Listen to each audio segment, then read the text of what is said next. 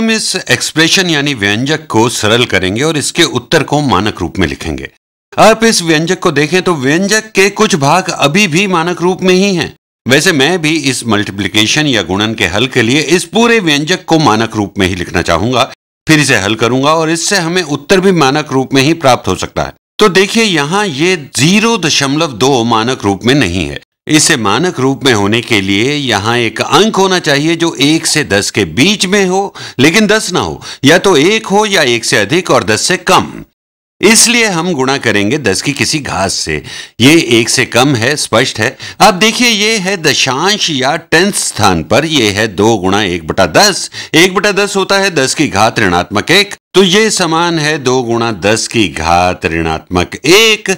ये समान है 2 गुणा 1/10 के। डिनोमिनेटर यानी हर में ये नीला भाग तो मानक रूप में ही है, साइंटिफिक नोटेशन में है, लेकिन ये हरा भाग सामान्य रूप में है। हम इसे ऐसे भी लिख सकते हैं 5 गुणा 10,000, और 10,000 होता है 10 की चौथी घात, तो मतलब ये समान है 5 गुणा 10 की चौथी घात के। यहां देखिए 1 2 3 4 जीरोस हैं।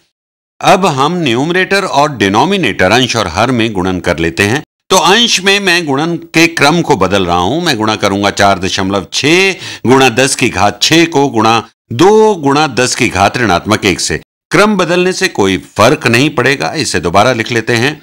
4.6 गुणा 2 टाइम्स 2 गुणा 10 की छठी घात टाइम्स 10⁻⁶ गुणा 10 की घात ऋणात्मक 1 टाइम्स 10⁻⁻1, और हर यानी डिनोमिनेटर में 5 गुणा 2.3 टाइम्स 2.3 टाइम्स 2.3 गुणा 10 की चौथी घात टाइम्स 10⁴ टाइम्स 10⁻2 गुणा 10 की घात ऋणात्मक 2।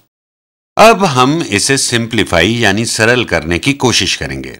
तो 4.6 गुणा 2, इस पर गोला खींच देता हूं, तो 4.6 गुणा 2 होता है 9.2, तो ये है 9.2, और ये है 10 की छठी घात और 10 की घात ऋणात्मक 1। क्योंकि इनका आधार समान है और हम गुणन कर रहे हैं तो घातांकों को यानी एक्सपोनेंट्स का योग करेंगे, तो ये होगा 10 की घात 6 घटा 1 यानी 10 की घात 5, तो गुणा 10 की घात 5।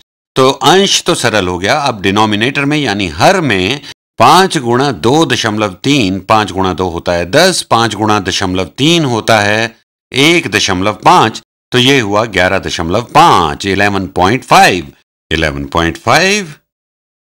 अब हम गुणा करेंगे 10 की घात 4 गुणा 10 की घात ऋणात्मक 2 को, तो ये हो जाएगा 10 की घात 4 घटा 2 यानी 10 का वर्ग टाइम्स 10²।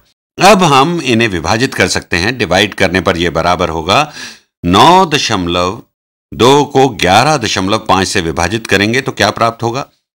चलो इसी बहाने दशमलवों के विभाजन का अभ्यास हो जाएगा। तो 9.2 9.2, अब मैं इसके लिए वही रंग लेता हूं। 9.2 डिवाइडेड बाई 11.5 भाग 11.5। यदि हम दोनों को गुणा करें 10 से तो ये यहां पर हो जाएगा 92 भाग 115।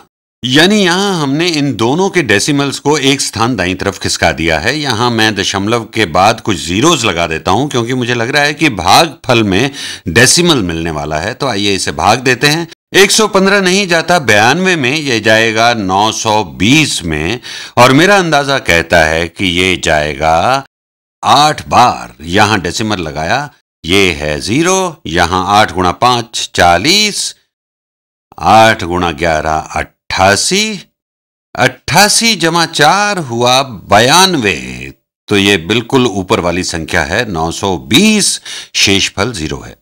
तो 9.2 भाग 11.5 सरल हो गया। हमें मिला 0.8, 0.8, और 10 की घात 5 भाग 10 की घात 2। देखिए यहां आधार यानी बेस समान है और हम डिवाइड यानी विभाजित कर रहे हैं, तो हम एक्सपोनेंट्स यानी घातांकों को घटाएंगे। ये होगा 10 की घात 5 घटा 2, तो हमारा ये भाग भी सरल हो गया 10 की घात 3 टाइम्स 10⁻³ पावर।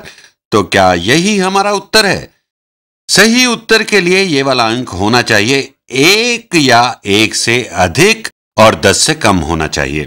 लेकिन ये ना तो 1 है और ना 1 से अधिक, तो हमें इसे ऐसे गुणन के रूप में लिखना होगा कि ये 1 या 1 से अधिक हो और 10 से कम हो और 10 की कुछ घात हो। तो ये जो यहां पर 8 है, ये है दशांश यानी टेंथ स्थान पर, ये है 8 टेंस या 8 गुणा 1/10। इसे हम यहां इस प्रकार भी लिख सकते हैं 8 गुणा 10 की घात ऋणात्मक 1, और यहां पर हमारे पास है 10 की घात 3, तो गुणा 10 टू द थर्ड्स। इसे मैं अलग रंग से लिखूंगा, गुणा 10 की तीसरी घात। और देखिए यहां आधार समान है तो घातांकों को ऐड कर लेते हैं, तो इस तरह यह बराबर होगा 8 गुणा 10 की घात 3 घटा 1, तो 8 गुणा 10 का वर्ग। ये इस व्यंजक का सरलतम रूप है और हमारा उत्तर भी है।